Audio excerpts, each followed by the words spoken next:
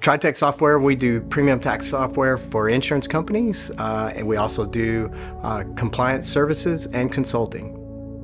We've been financially successful as a company. We're a market leader, but we got comfortable and we stopped growing. One of the indicators that things wasn't exactly where they needed to be was the profit margin for services. It wasn't where typical service companies are. We were in our 4th year of our 5-year strategic plan, and our modest goal of 20% revenue over the 5 years was in jeopardy of not being reached. And so we needed to come up with new strategies on how to grow our revenue. When I first got here, TriTech had a real heart for service, and it still does. Service is a part of its DNA. We were doing something right, but we needed to know exactly what that was. And we needed to be able to harness that.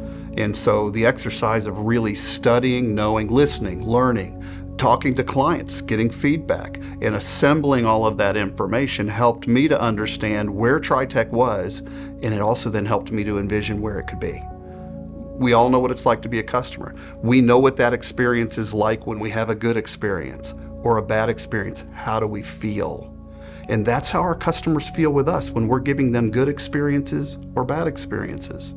We are crafting an experience whether we think we are or not. A customer journey map, to me, is an essential to know who you are and how you're relating, how you're connecting.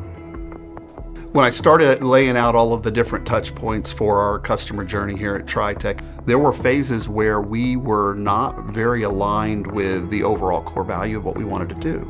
We had bottlenecks. We had areas where we weren't really prioritizing that next step. So one of the takeaways from client mapping was growth. So by mapping these touch points out, it showed us, hey, we had a lot of work we could do. We could improve in a lot of different areas.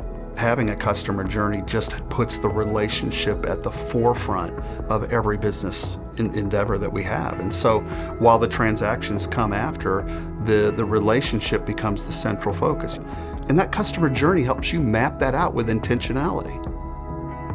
Practically speaking, organize a team to take on this effort, set some clear milestones, and incremental change. You don't have to do it all at once. You can do this over time. You're identifying gaps, opportunities. This is a wonderful exercise that you're going to want to revisit throughout the course of your company's history. And in 3 years now, we're 3 years into our second 5-year, we have exceeded every year's incremental goals, and we've grown almost 150, 160% in revenue. Something that we wouldn't have even imagined 4 years ago.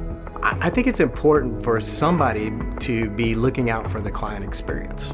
You want your clients to have a good experience with your company, and you want to be building relationships, and so you need somebody to take the lead on that. Relationships are everything. We do business with companies, but it's really with people. People are first and foremost the most important resource and responsibility that any company has. If we're not doing things that affect people and the relationships that we have with them, what are we doing? We're simply doing sales. We're simply doing transactions. And that's not enough. We need to be making a difference.